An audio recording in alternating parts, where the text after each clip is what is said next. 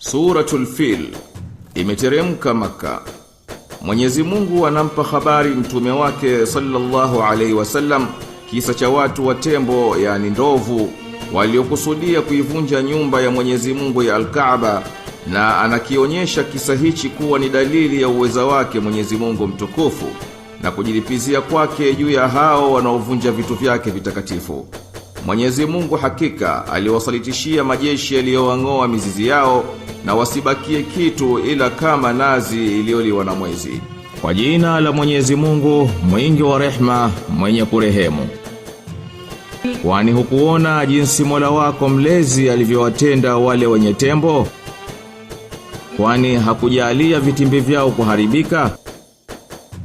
Akawapelekea ndege makundi kwa makundi, iwatupia mawe ya udongo wa motoni, akawafanya kama majani yaliyoliwa.